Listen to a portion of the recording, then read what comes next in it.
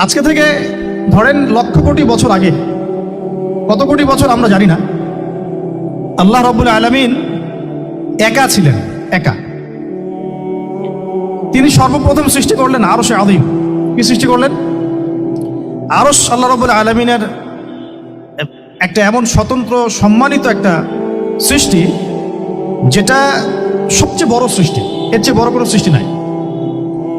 এমনকি কিয়ামতের মাঠে এই আরশের ছায়া আল্লাহ রাব্বুল আলামিন 7 শ্রেণীর মানুষকে ছায়া দিবেন।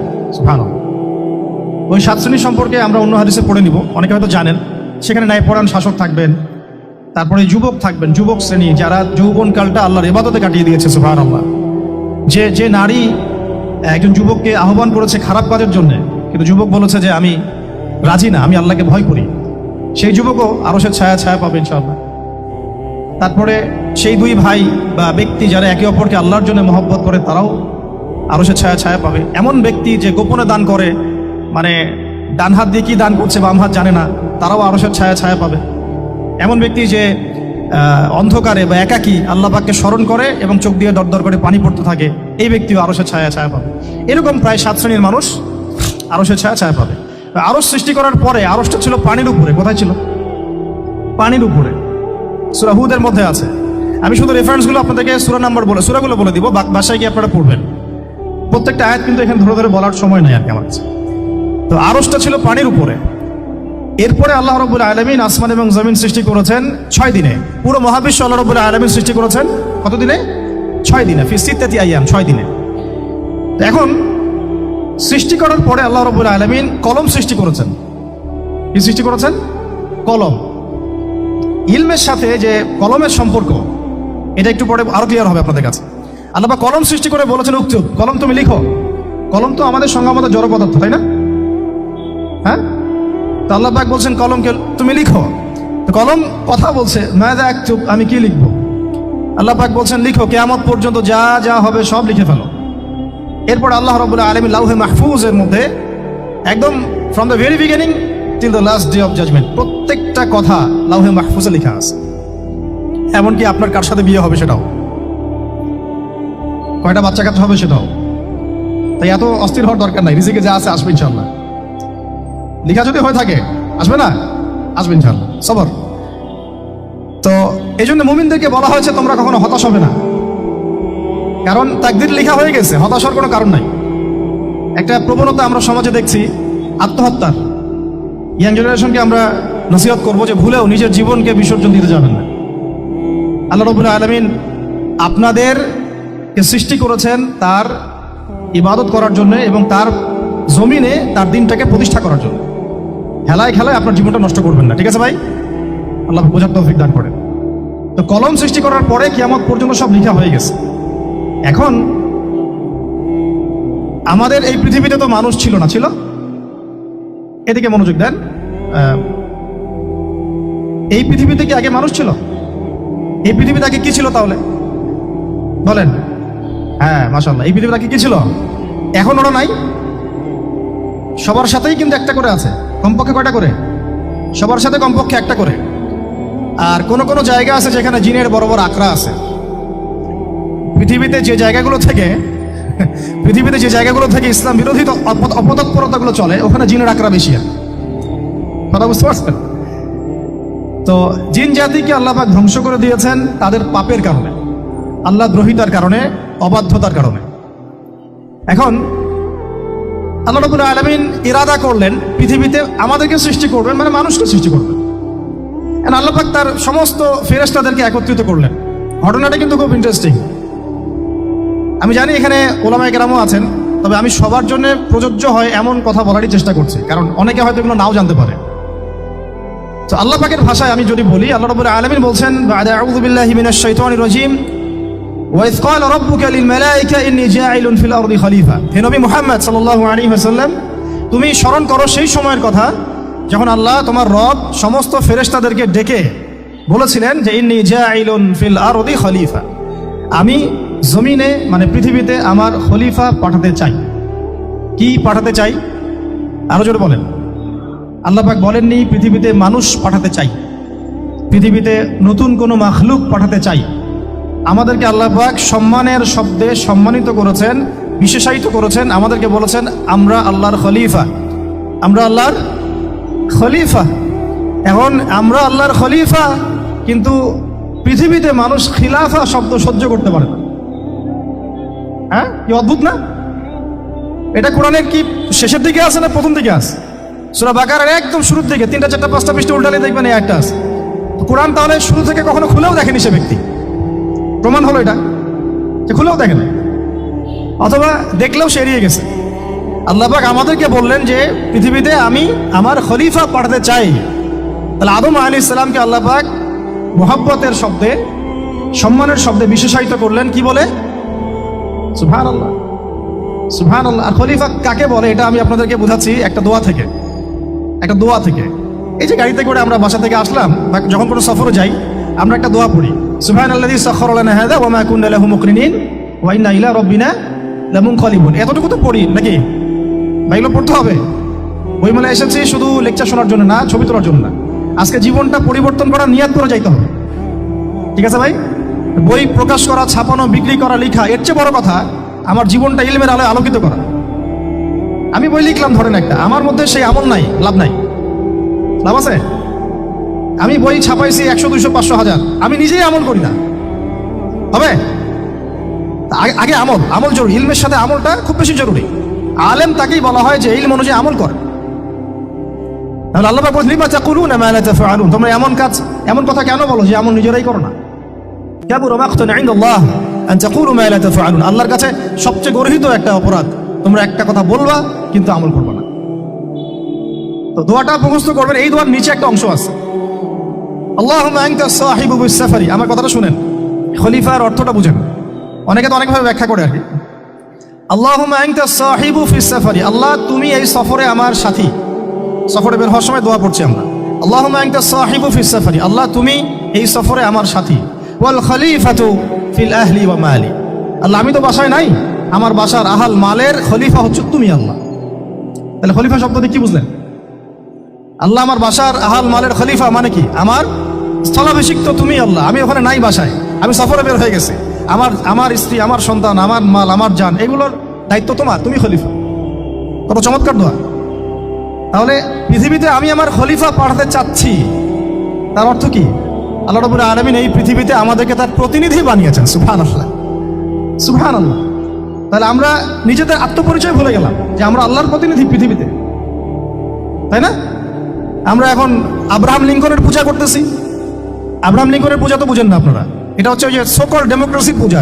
আল্লাহ পাক বলছেন ওয়াল্লামা আদামাল আসমাআ কুল্লাহা, আল্লাহ বলছেন আমি আদমকে এই মহাবিশ্বের যত নাম আছে, নাম, নাউন্স, ইসম, সব শিক্ষা দিয়েছি। সুবহানাল্লাহ।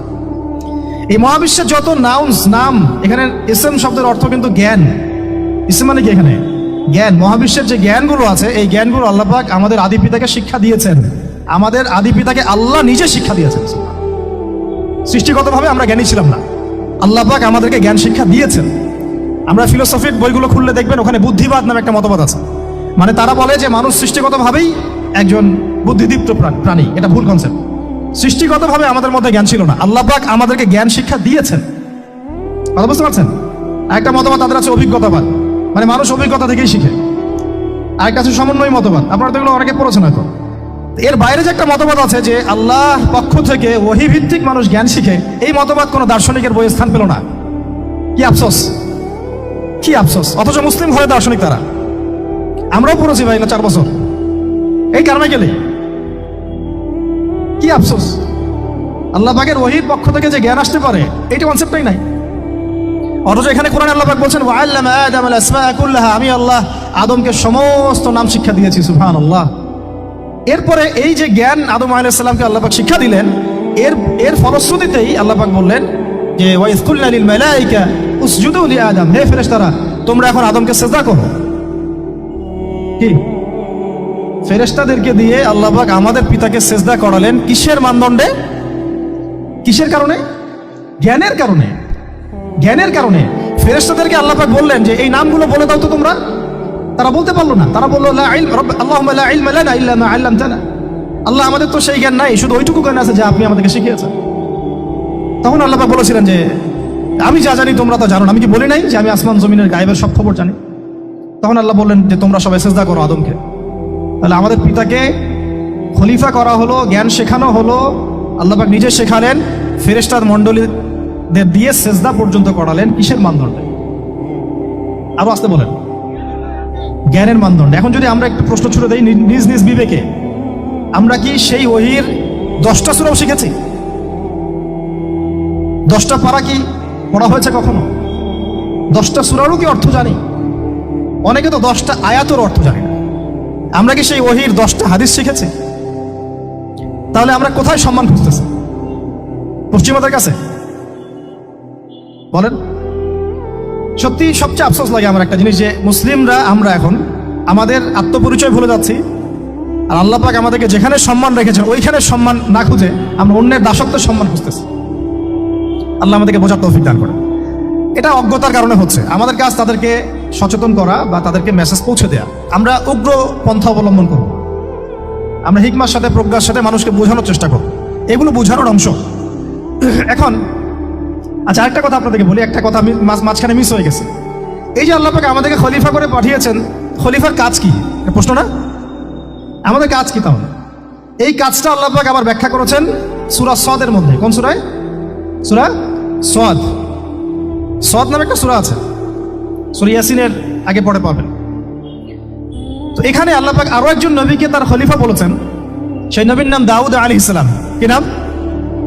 আর দাউদ আলাইহিস সালাম কিন্তু এই জেরুজালেম থেকে, যেখানে এখন ওই জায়নিস্টরা বোম্বিং করে আর কি, নিরীহ মুসলিমদেরকে হত্যা করে বিগত 70 বছর থেকে, ওই জেরুজালেম থেকে কিন্তু দাউদ আলাইহিস সালাম বিশ্ব শাসন করেছিলেন।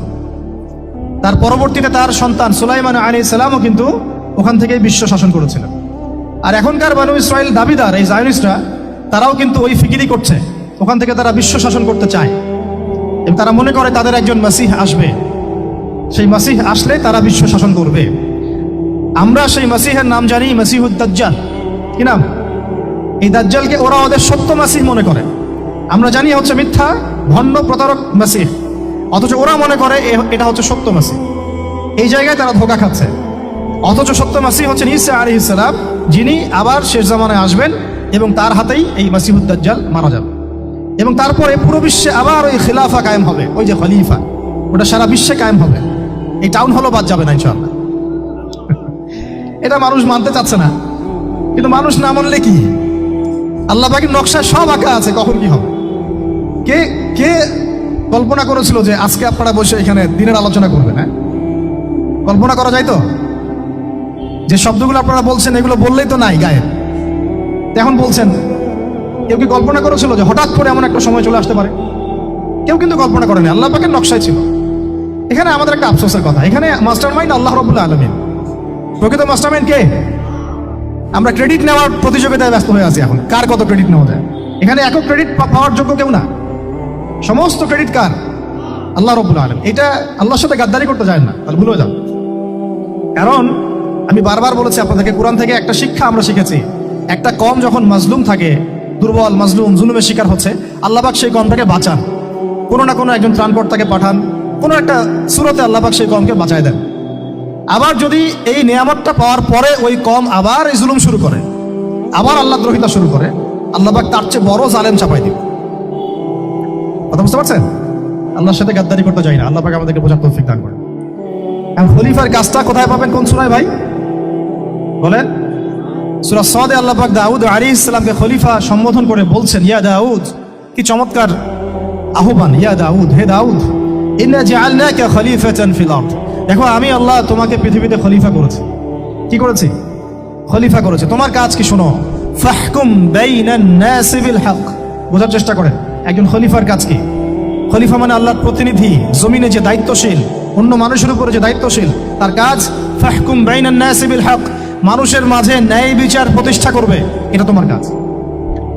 তাহলে এখন যারা আমরা এই জায়গায় আছি বা ভবিষ্যতে আসবো, আরো কাল আগাতে থাকবে, সময় আগাতে থাকবে, নতুন নতুন নেতৃত্ব আসবে, সবার ফাংশন একটাই, ফাহকুম বাইনান নাসি বিল হক। আমাদের কাজ হবে মানুষের মাঝখানে কি করা? ন্যায় বিচার, বিচার ফয়সালার ক্ষেত্রে ইনসাফ করা, ন্যায় বিচার করা। তো ন্যায় বিচার তো এখন জাদুঘরে আছে নাকি? হ্যাঁ, কোনো কোনো ক্ষেত্রে আমরা চাই না যে ন্যায় বিচার জাদুঘরে যাক, আমরা চাই আবারও ন্যায় এবং সাম্যের সমাজ প্রতিষ্ঠা হোক।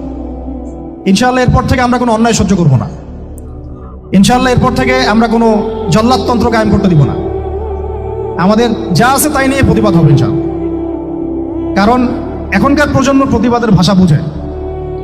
এখন যদি আপনারা আবার সেই প্রাচীন জুলুমের তন্ত্রে মন্ত্রে ফিরে যান, তাহলে আল্লাহর গজব চলে আসবে, বড় গজব। তো খলিফার কাজ কি ভাই? কি কাজ বললাম বলেন? মানুষের মাঝখানে ন্যায় বিচার প্রতিষ্ঠা করা। আচ্ছা, আরো আছে আয়াত শেষ হয় নাই। আল্লাহ পাক বলছেন ওয়ালা তাত্তাবিউল হাওয়া, ন্যায় বিচার করতে গিয়ে নিজের দাসত্ব মানে প্রবৃত্তির অনুসরণ করো না। ন্যায় বিচার করতে গিয়ে নিজের প্রবৃত্তির অনুসরণ করো না, মন গড়া বিধানের অনুসরণ করো না। আমার মামা, আমার চাচা, আমার খালু পার করে দিও না।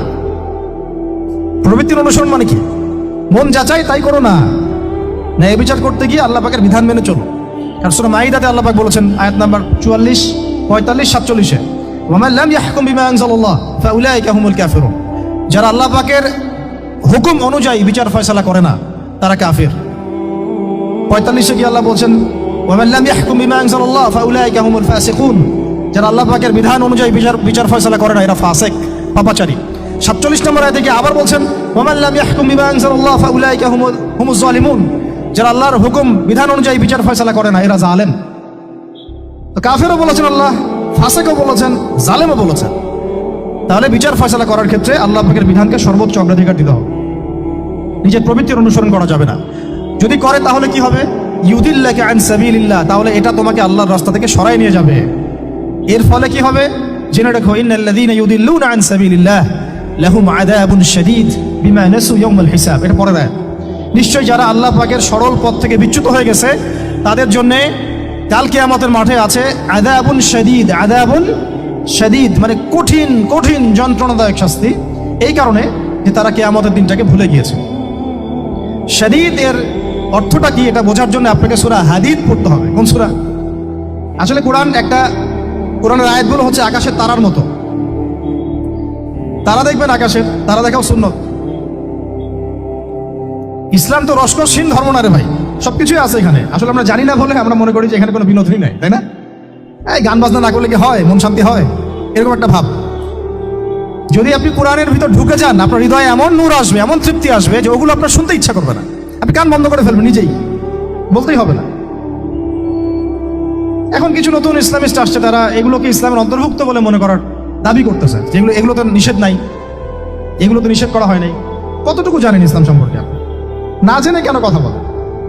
নবী সাল্লাল্লাহু আলাইহি ওয়াসাল্লাম রাস্তা দিয়ে হাঁটছেন, ওই সময় তো অনেক পূজা অর্চনা ইত্যাদি হতো মক্কায়। তো এখানে ঢাক ঢোলের শব্দ আসছে। নবী সাল্লাল্লাহু আলাইহি ওয়াসাল্লাম নিজের 2 আঙ্গুল কানের মধ্যে ঢুকিয়ে দিলেন, দিয়ে পাশে একজন সাহাবী তাকে জিজ্ঞাসা করছেন হাঁটতে হাঁটতে হাঁটতে হাঁটতে, তুমি কি এখন আওয়াজ শুনতে পাচ্ছ?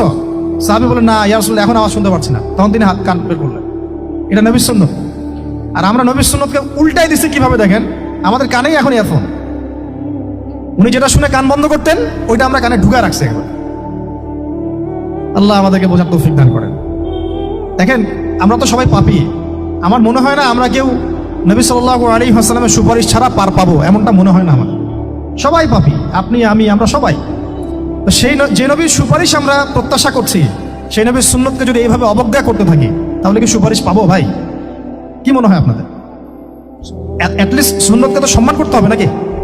আল্লাহ বোঝার তৌফিক দান করেন। আমি তাহলে যেটা বলছিলাম যে আল্লাহ পাকের বিধান অনুযায়ী বিচার ফয়সালা করতে হবে, এটা খলিফার কাজ। ন্যায় বিচার করতে হবে মানুষের মাঝখানে, এবং নিজের প্রবৃত্তির অনুসরণ করা যাবে না, তাহলে আল্লাহর পথ থেকে দূরে সরাই দিবে। এখানেই বললাম শাদীদ বুঝতে গেলে আপনাকে কোন সূরা পড়তে হবে? সূরা হাদীদ। আকাশের তারার কথা কেন বললাম? যে আকাশের তারাগুলো যদি মেলাতে পারেন দেখবেন বিভিন্ন শেপ তৈরি হয়। প্রত্যেকটা তারার অবস্থানের গাণিতিক একটা ব্যাখ্যা আছে। যারা অ্যাস্ট্রোনমি নিয়ে পড়াশোনা করেন তারা জানেন, এগুলা সবাই জানবেন না। প্রত্যেকটা তারাকে আল্লাহ পাক এত সূক্ষ্মভাবে স্থাপন করেছেন যে যদি একটু সামান্য একটু ডানে বামে এগুলো সরে যায়, মহাবিশ্বের এই স্থিতিশীলতা নষ্ট হয়ে যাবে। এবং এটার কসমও আল্লাহ পাক কোরআনে করেছেন সূরা ওয়াকিয়ার মধ্যে। কোন সূরা? সূরা ওয়াকিয়াতে আল্লাহ পাক বলেছেন ফালা উকসিমু বিমাওয়াকিইন নুজুম, আমি তারার অবস্থান স্থলের স্থিতির কসম করে বলছি। আল্লাহ পাক এর কসম করেছেন। কত গুরুত্বপূর্ণ জিনিস, ঠিক আছে? তো পরেরগুলো বললাম না। সূরা হাদীদ কেন পড়বেন? সূরা হাদীদ আল্লাহ পাক বলেছেন যে ওয়ানজালনাল হাদীদা ফীহি বাসুন শাদীদ। এই যে শাদীদ বোঝাতে গিয়ে হাদীদে আসছে। আল্লাহ পাক বলছেন যে আমি আল্লাহ পৃথিবীতে আসমান থেকে লোহা নাজিল করেছি। অবাক করা বিষয় না? লোহার খনি খুঁজতেছেন আপনারা মাটির নিচে, তাই না? আল্লাহ পাক বলছেন আমি লোহা নাজিল করেছি, আনজালনা, ঠিক যেমন ইন্না আনজালনাহু ফি লাইলাতুল কদর, আমি লাইলাতুল কদরে কোরআন নাজিল করেছি, আসমান থেকে নাজিল হয়েছে, তাই না? এরকমই ওয়ানজালনাল হাদিদা, আমি হাদিদ লোহা নাজিল করেছি, ফিহি বাসুন শাদীদ, যে লোহার মধ্যে আছে কঠিন শক্তি আছে না? আয়রন যে অণু পরমাণুগুলো, এগুলোর শক্তি সবচেয়ে বেশি না? কেমিস্ট্রিতে আপনারা পড়েছেন। তাহলে এখন আল্লাহ পাক বলছেন কিয়ামতের দিন তাদের জন্য আযাবুন শাদীদ, যারা আল্লাহ পাকের খলিফার দায়িত্ব পালন করবে না, যারা খলিফার দায়িত্ব পেয়েও ন্যায় বিচার করবে না, ইনসাফ করবে না, প্রবৃত্তির অনুসরণ করবে, ঠিক আছে, আল্লাহর পথ থেকে বিচ্যুত হয়ে যাবে, তাদের জন্য কিয়ামতের মাঠে এই শাস্তি আছে। তাহলে আমরা কি খলিফা শব্দ বুঝতে পারলাম? আমাদের পিতা যে খলিফা, এটা কি বুঝতে পারলাম? তাহলে এখন বলেন তো, প্রত্যেক নবী কি আল্লাহর খলিফা ছিলেন না? ছিলেন কি না? প্রত্যেক নবী কি আল্লাহর বিধান দিয়ে বিচার ফয়সালা করেন নাই? মানুষের মাঝখানে ইনসাফ করেন নাই? ন্যায় বিচার প্রতিষ্ঠা করেন নাই? এরপরে সাহাবায়ে কেরামের যুগে তারা কি ন্যায় বিচার প্রতিষ্ঠা করেন নাই? তাহলে হঠাৎ করে কি হলো বিশ্ববাসীর মধ্যে যে একেবারে কোরআন হাদিস এর মৌলিক বিষয়গুলো এগুলো সব পাশ কাটিয়ে আমরা মানব রচিত বিধানগুলোর দিকে চলে গেলাম? রহস্যজনক না বিষয়টা?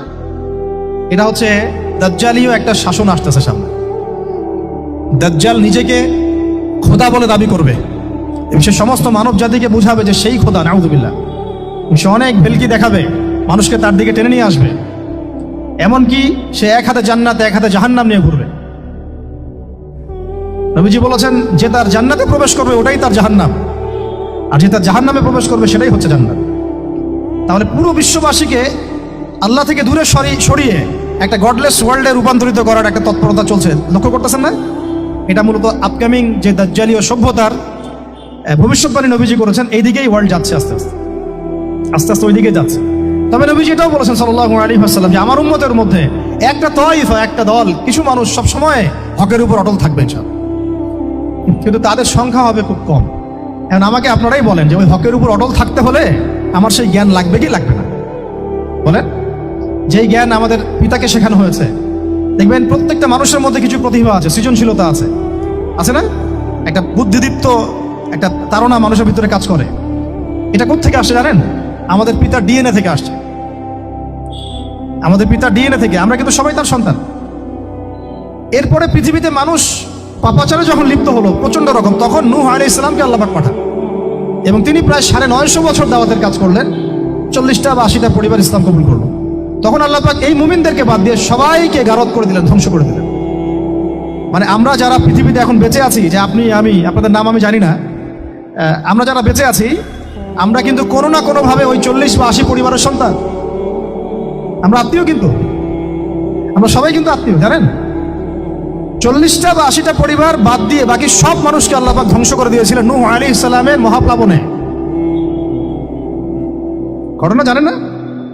40 বা 80টা পরিবারকে বাদ দিয়ে বাকি সবাইকে আল্লাহ পাক ধ্বংস করেছেন ওই মহাপ্লাবনে। তাহলে এখন এই বিশ্বে যত মানুষ আছে তারা কয়টা পরিবারের সন্তান? ওই 40-80। আমরা কোনো না কোনোভাবে একে অপরের আত্মীয় হই, মুসলিম অমুসলিম সবাই, মুসলিম অমুসলিম সবাই। আমরা যে অসাম্প্রদায়িকতার কথা বলি না, এই শব্দটাকে ভালো অর্থে নেওয়া যায়। কি অর্থে? অন্যান্য ধর্মাবলম্বী মানুষ যারা, তারা তাদের ধর্ম স্বাধীনভাবে পালন করবে, কোনো সমস্যা নেই, আমরা তাদের এই কাজে বাধা দিতে যাব না। একইভাবে আমরা আমাদের ধর্ম স্বাধীনভাবে পালন করব, তারা এখানে কোনো বাধা দিতে পারবে না। সিম্পল। তারা তাদের উৎসব তাদের মতো পালন করবে, আমরা আমাদের উৎসব আমাদের মতো পালন করব। না আমি মূর্তি পাহারা দিতে যাব, আর না আমি মূর্তি ভাঙতে যাব। সিম্পল। আমি পাহারাও দিতে যাব না, ভাঙতেও যাব না। সিম্পল। আমরা কি কুরবানিতে তাদেরকে বলতে পারবো ভাই আসেন আমার বাসায় দাওয়াত খান? এটা হয় কখনো? লাকুম দীনুকুম ওয়ালিয়া দিন, আপনাদের দিন আপনাদের, আমাদের দিন আমার। সিম্পল। এই অর্থে ঠিক আছে, কিন্তু সব ধর্ম মিলে যে নতুন ধর্ম বানানোর চেষ্টা করা হচ্ছে বাংলাদেশে, এটা ঠিক নাই। এটা শুভঙ্করের ফাঁকি।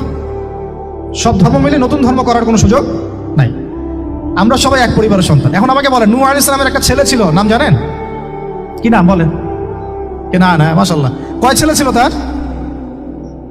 হ্যাঁ, না, মূলত 4জন সন্তান থেকে বড় বড় 4টা গোত্র সৃষ্টি হয়েছে। শাম এক সন্তানের নাম কি? এটাকে কেন্দ্র করে এই যে সিরিয়ান কন্টিনেন্টে, পুরো প্যালেস্টাইন, সিরিয়ান, অ্যারাবিয়ান কন্টিনেন্টে যত মানুষ তার বংশধর, ঠিক আছে? হাম, একটা সন্তানের নাম হাম। এখান থেকে আফ্রিকার যে কালো কালো মানুষগুলো সব তাদের বংশধর। একটা হচ্ছে ইয়াফাস, ইউরোপিয়ান যারা সাদা চামড়া সব এদের বংশধর। আরেকটা যে কেনা, এই ছেলেটা কি বলেছিল, বাবা ডাকছে নৌকায় আসো তাড়াতাড়ি, নৌকায় আসো তাড়াতাড়ি, না হলে আজকে আল্লাহ পাক আযাব দিয়ে ধ্বংস করে দিবেন। সে নবীর সন্তান হওয়ার পরেও আল্লাহ প্রদত্ত ওহীর জ্ঞানকে মূল্যায়ন না করার কারণে ধ্বংস হয়ে গেল। আর ওই 40টা বা 80টা পরিবার নাজাত পেল কিভাবে? আল্লাহর পক্ষ থেকে নাজিলকৃত ওহীর জ্ঞানকে প্রাধান্য দিয়ে আনুগত্য করে। তাহলে কোন জ্ঞানকে আমরা প্রাধান্য দিব ভাই? আমি বলছি না যে আমরা দুনিয়াবী জ্ঞানগুলোকে শিখবো না, ওই প্রসঙ্গে আমি একটু পরে আসছি যে আমরা শিখবো এবং কিভাবে শিখবো, কতটুকু শিখবো। আগে এই অংশটুকু শেষ করি। ঠিক একইভাবে আপনারা কি আদ জাতির নাম জানেন? আদ, সামুদ। ওই যে সৌদি আরব এখন যেখানে লাইন বানাচ্ছে, লাইন প্রজেক্ট, ওই আলোলা বলে, আলোলা লাইন প্রজেক্ট বানাচ্ছে, দেখবেন অনলাইনে। ওই জায়গা দিয়ে নবী সাল্লাল্লাহু আলাইহি ওয়াসাল্লাম তাবুক যুদ্ধের সময় গিয়েছিলেন। যাওয়ার সময় তিনি বলেছিলেন, তোমরা মাথা নিচু করে কান্নাকাটি করতে করতে এখান থেকে অতিক্রম করো। সাহাবীরা মাথার উপর কাপড় দিয়ে কান্নাকাটি করতে করতে জায়গাটা পার করেছেন, কারণ ওই জায়গায় সামুদ জাতি ছিল যাদেরকে ধ্বংস করা হয়েছে। ওটা হচ্ছে এখন পর্যটন স্পট। সুবহানাল্লাহ।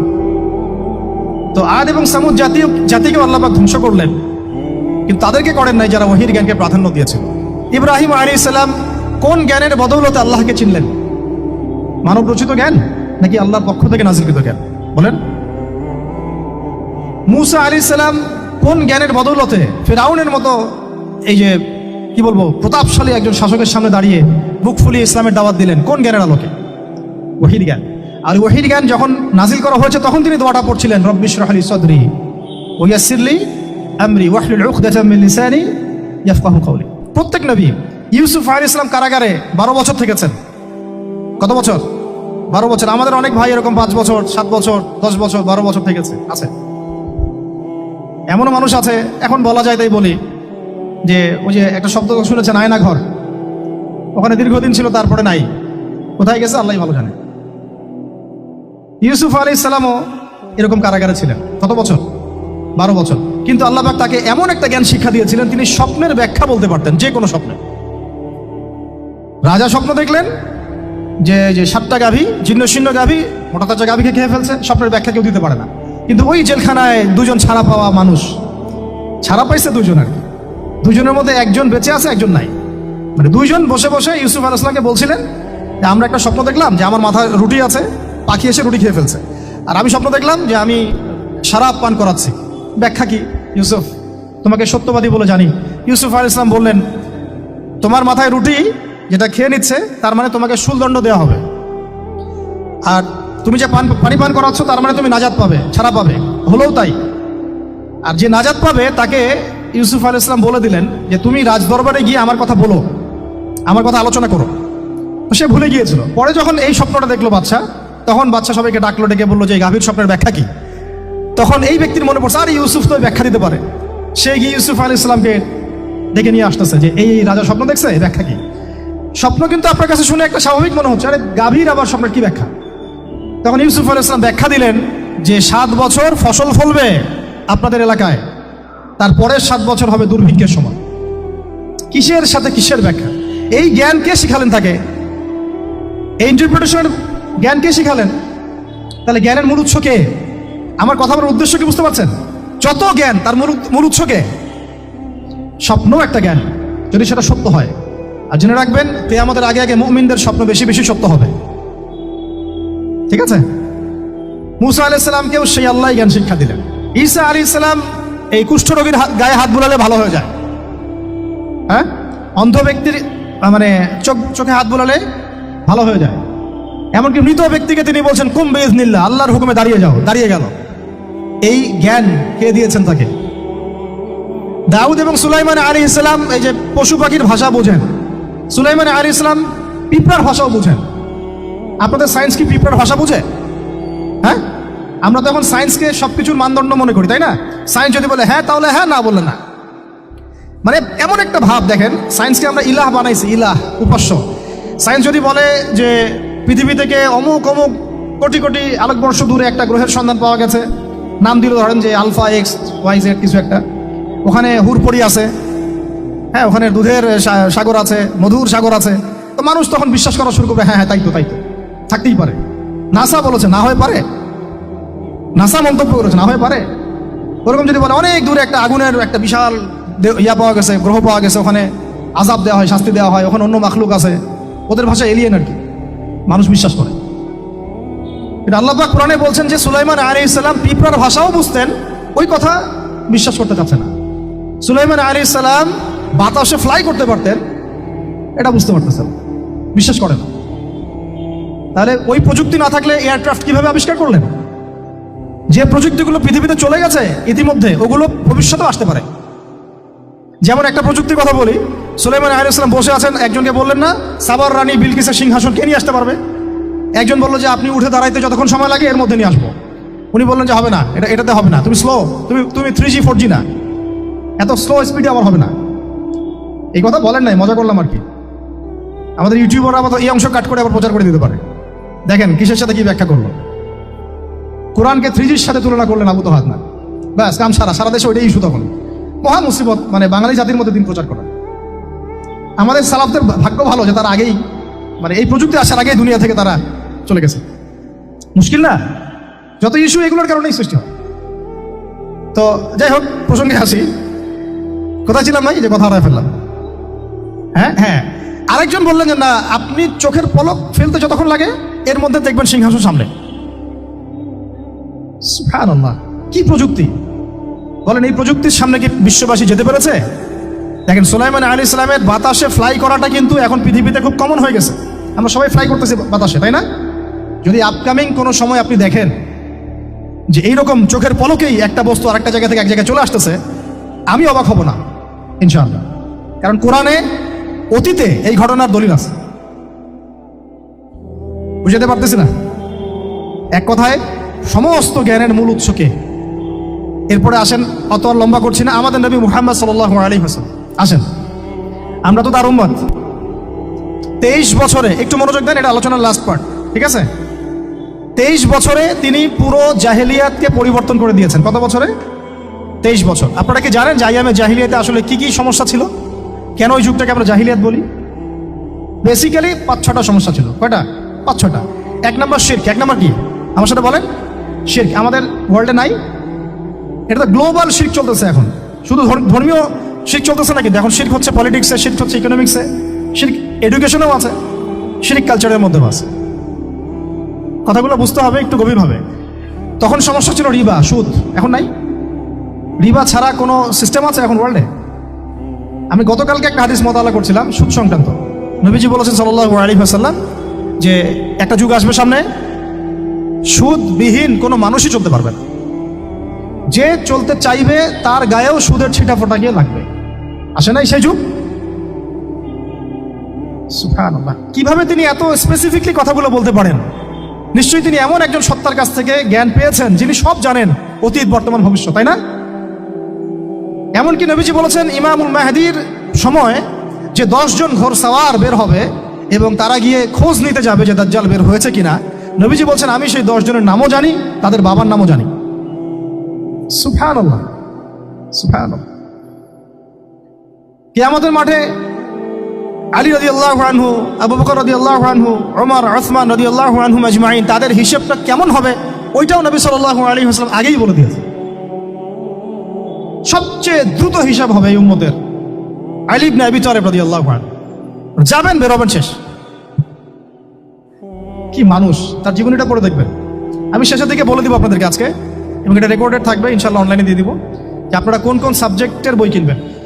বই মেলা তো শুধু মানে আসলেন একটা র্যান্ডমলি বই কিনলেন এমন না, টপিক ধরে ধরে সাবজেক্ট ওয়াইজ বই কিনতে হবে, ঠিক আছে ভাই? বই কেনার পিছনে টাকা পয়সা খরচ যদি না করেন, মানে দিনের জন্য অর্থ ব্যয় করার মানসিকতা না থাকে, এলেম পাওয়া যাবে। অনেক মুহাদ্দিস নিজের গায়ের জামা খুলে দিয়ে পর্যন্ত বই নিয়ে বাসায় গিয়েছে, জানেন? তাদের সমস্ত সম্পত্তি বিক্রি করে দিয়েছেন বই কেনার জন্য। আজকে সকালে আমাদের এক ভাই মোজাকারা করছিলেন যে আমারই এক ওস্তাদ, বাংলাদেশের অনেক বরেণ্য একজন আলেমে দ্বীন, প্রবীণ আলেমে দ্বীন, তার কথা আলোচনা হচ্ছিল যে তিনি কিতাব পড়তে পড়তে পড়তে হঠাৎ একটা কিতাব তিনি খুঁজে পাচ্ছেন না। তো ছাত্রদেরকে পাঠালেন যে খুঁজে নিয়ে আসো তো, কোথায় আছে? কেউ খুঁজে পায় না। তিনি নাকি অজু করে এসে নামাজ 2 রাকাত নামাজ পড়ে বাচ্চার মতো হাউমাউ করে কান্নাকাটি শুরু করলেন, আল্লাহ আমার সেই কিতাব কোথায় গেল, আমার কিতাবটা এনে দাও। তলাবুল ইলম কাকে বলে দেখেন, ইলমের তালেব, ইলমের ছাত্র কাকে বলে? এই যে ইলমের ছাত্র, আমরা কি ছাত্র হতে পারছি? একটা বইয়ের দাম যদি দেখি 100 টাকা, বাস আমাদের গায়ে লাগে। 100 টাকা দিয়ে তো আপনার গার্লফ্রেন্ডকে নিয়ে বসতে গায়ে লাগে না, বসলে তো 500 টাকা চলে যায়। জিনা থেকে বাঁচতে না পারলে কলবে আল্লাহ নূর আসবে না। আল্লাহ পাক আমাদের কথাগুলো বোঝার তৌফিক দান করেন, আমিন। জিনা, আবার বলছি, জিনা থেকে বাঁচতে হবে, অন্যথায় কলবে নূর আসবে না। আল্লাহ পাক আমাদেরকে বোঝার তৌফিক দান করেন, আমিন। কোথায় ছিলাম ভাই বলেন? 1 নাম্বার কি ছিল? শিরক। 2 নাম্বার রিবা, সুদ। ওইটা বলতে গিয়ে হাদিসটা কথা বলেছিলাম। এই সুদটা কি এখন বেশি না কম? এখন সুদ মানুষ খাচ্ছে, যুক্তিও দিচ্ছে যে এই যুগে এখন সুদ না খাইলে কি চলে? একদিন একটা মসজিদে বয়ান করছিলাম, তো মসজিদে বয়ানের মাঝখানে একজন দাঁড়ায় গেল, দাঁড়ায় আমাকে বলছে যে ওস্তাদ, হুজুর বুঝলাম আপনার সব কথা ঠিক আছে, এখন আমার 1 লাখ টাকা ধার লাগবে, আমি কোত্থেকে নিব? বলেন আসলে উত্তর দিবেন কি? হ্যাঁ, সুদের ক্ষতিকর বিষয়গুলো যেমন বলতে হবে, সুদবিহীন ব্যাংকিং সিস্টেম এবং অর্থনৈতিক ব্যবস্থাও তো চালু করতে হবে। সেটা কি? সেটা হচ্ছে যাকাত। সেটা কি? যাকাত, সাদাকা এবং করজে হাসানা। এগুলো তো চালু করছি না আমরা শুধু কথা বলছি তাত্ত্বিক যে সুদ হারাম। আমিও তো অনেক জায়গায় বলছি, কারণ বলতে হচ্ছে না, আপনার জানাতে তো হবে। সুদের পাপের সবচেয়ে নিম্ন শাখা হচ্ছে মায়ের সাথে জিনা করা, সর্বোচ্চ শাখা হচ্ছে আল্লাহ এবং তার রাসূলের সাথে যুদ্ধ করা। একটা হাদিস বুখারীতে এরকম আসছে, বুখারীতে কি তিরমিজিতে, আমি রেফারেন্সটা ভুলে যাচ্ছি, তবে হাদিসটা সহিহ। নবী সাল্লাল্লাহু আলাইহি ওয়াসাল্লাম বলেছেন, যে ব্যক্তি 1 দিরহাম সুদ খায় সে যেন 36 বার জিনা করল। আর আপনারা তো জানেন, এটা আমার বলার দরকার নাই। 4 শ্রেণীর মানুষকে নবীজি অভিশাপ দিয়েছেন, যে নিজে খায়, তারপরে যে সুদ দেয়, যে লিখে রাখে, যে সাক্ষী থাকে। আমি বলতে যাচ্ছি, আইয়ামে জাহিলিয়াতে এই সুদটা ছিল, আমাদের এই বর্তমান ওয়ার্ল্ড অ্যাফেয়ার্সে নাই। বাংলাদেশ একটা কান্ট্রি হিসেবে চিন্তা করবেন না, আপনি গ্লোবালি চিন্তা করবেন, কারণ এখন একটা দেশ স্বতন্ত্রভাবে চলতে পারে না। ওয়ার্ল্ড ব্যাংকের সাথে আপনাকে ডিল করতে হবে, IMF এর সাথে। আমি যদি প্রেসিডেন্ট হই, তাও আমাকে করতে হবে, আপনি হলে আপনাকে করতে হবে। কথা বলে তো শুধু কথা বলে লাভ নাই, আপনার বিকল্পটা কি? আসলে বিকল্প ব্যবস্থাটা কি? এটা তো মূল কথা। ইকোনমিক্স নিয়ে কতগুলো কিতাব আছে এখানে, ইসলামিক ইকোনমিক্স নিয়ে আমরা কতগুলো কিতাব ছাপাইছি, বর্তমান ওয়ার্ল্ড অ্যাফেয়ার্স নিয়ে আমরা কতগুলো কিতাব ছাপাইছি। নবী সাল্লাল্লাহু আলাইহি ওয়াসাল্লাম বলেছেন, শেষ জামানার সবচাইতে আমার উম্মতের উপর ভয়াবহ ফিতনা হচ্ছে মসিহুদ দাজ্জাল। কি নাম বলেন? এখন আপনি আমাকে মাদ্রাসার পুরো সিলেবাসে, কন্টেন্টে আমাকে দাজ্জাল নিয়ে একটা ফ্যাকাল্টি দেখান, আছে? কয়টা কিতাব আছে? সবচেয়ে ভয়াবহ ফিতনা নবীর মুখে, নিজের মুখে বলা, সবচেয়ে ভয়াবহ। এর চেয়ে ভয়াবহ কোনো ফিতনা আসে নাই, আসবেও না। তো এখন আপনি আমাকে বলেন যে এই ফিতনা সংক্রান্ত কতগুলো কিতাব আপনার কাছে আছে বাসায়, বলেন?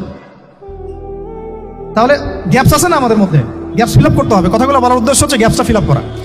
তো এই রিবার সমস্যাটা এখনো আছে। আল্লাহ পাক আমাদেরকে রিবা মুক্ত জিন্দেগি দান করেন, আমিন। এবং আমি রিকোয়েস্ট করব বিনয়ের সাথে যে আমাদের ঊর্ধ্বতন কর্তৃপক্ষ যারা আছেন, শুধু একটা কাজ করেন না, একটা কাজ 1টা বছর করেই দেখেন না কি হয়। প্রত্যেকটা মুসলিম, অমুসলিমদের কথা বলছি না, যেহেতু এটা খিলাফা স্টেট না, সেহেতু অমুসলিমরা এখানে জিজিয়া দিবে না। খিলাফা স্টেটে অমুসলিমরা জিজিয়া দেয়, এটা তো খিলাফা স্টেট না, এটা তো ডেমোক্রেটিক স্টেট এবং সেকুলার স্টেট।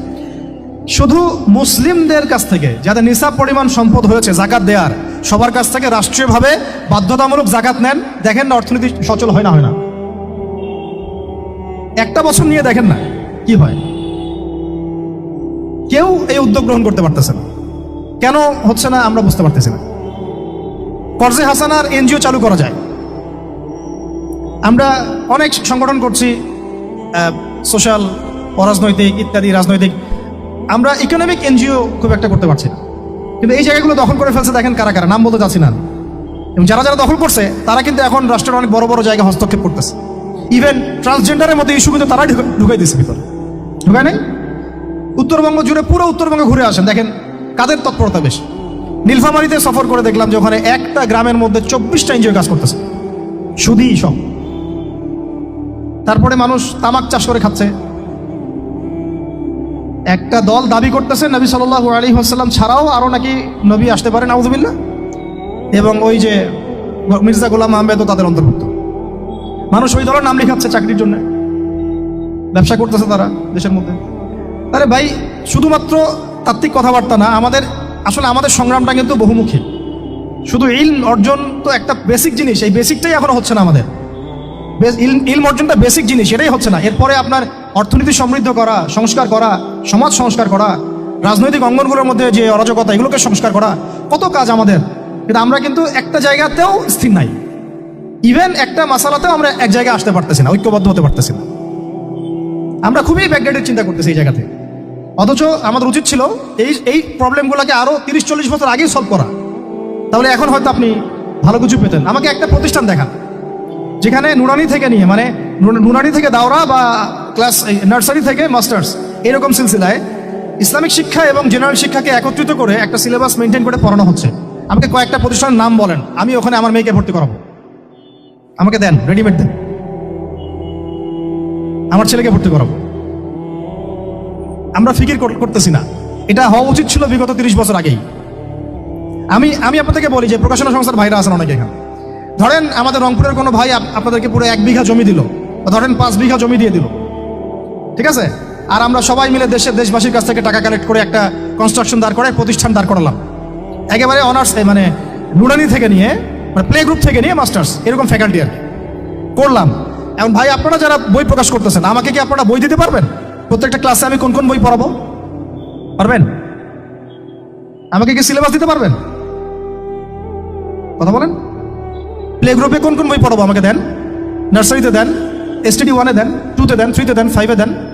এভাবে আপনি আমাকে ক্লাস 10 পর্যন্ত দেন।